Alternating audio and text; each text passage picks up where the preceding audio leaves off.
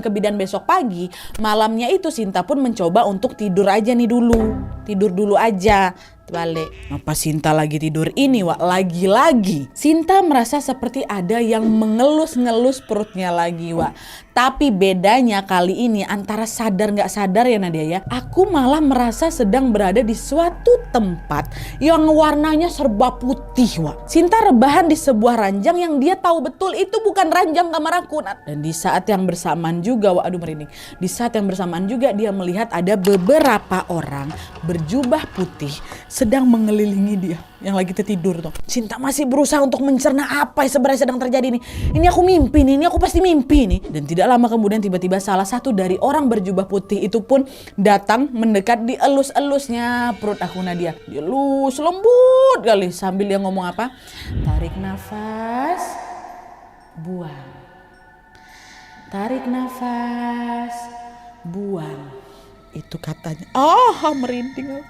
Ih, beda merinding. Dan tahan apa waktu itu refleks Sinta ini gak takut, Wak. Dia malah melakukan apa yang diinstruksikan sama orang berjubah putih itu. Sinta melakukanlah hal itu beberapa kali kan. Tarik napas, buang. Tarik napas, buang. Hingga akhirnya dia sendiri merasa seperti ada sesuatu yang keluar dari, mohon maaf, dari organ intimnya. Macam ada yang keluar. Dan di saat yang bersamaan juga Sinta langsung mendengar suara tangis bayi. Disitulah dia yakin kalau aku melahirkan. Dan ternyata betul, Wak, orang berjubah putih tadi yang lagi ngelus-ngelus perutnya langsung menggendong bayi yang barusan dilahirkan oleh Sinta. Orang-orang berjubah putih itu tampak sangat gembira sekali menyambut si bayi ini. Begitu pula dengan mama ya sama si Sinta mau kita nih, yang juga sudah tidak sabar mau menggendong si bayi itu. Tapi tepat ketika Sinta yang masih dalam posisi rebahan ini mencoba mau bangun untuk meraih bayinya, Wak, secara mengejutkan Sinta tiba-tiba bangun dalam kondisi duduk di dalam kamarnya sendiri. Udah bukan di ruangan yang serba putih yang dikelilingi orang jubah putih itu, udah enggak, Wak.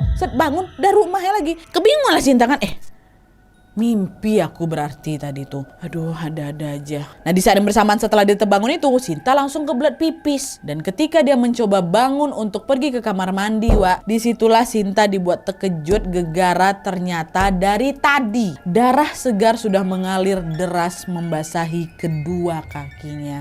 Dan yang paling membuat Sinta lemas adalah waktu itu dia baru sadar kalau ternyata, astagfirullahaladzim, perutku kempes, Nat.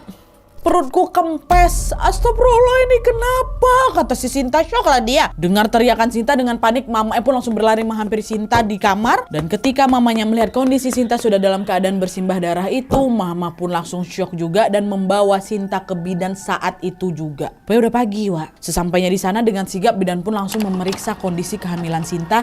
Dan secara mengejutkan bidan itu berkata, "Mbak, tenang ya, kamu bersih. Tidak ada tanda-tanda keguguran ataupun juga kematian janin. Tapi bayimu gak ada. Bayimu gak ada, benar-benar gak ada. Kok bisa kayak gini, Mbak?" Kata bidan aja bingung. Bayinya Mbak Sinta hilang, Wak. Hilang lagi. Hilang. Macam mamanya Mita. Apa gak langsung hancur perasaan Mbak Sinta waktu itu kan, Wak, setelah mendengarkan kabar itu? Tapi macam mana lagi? Hilang betulan, Wak, itu bayi itu.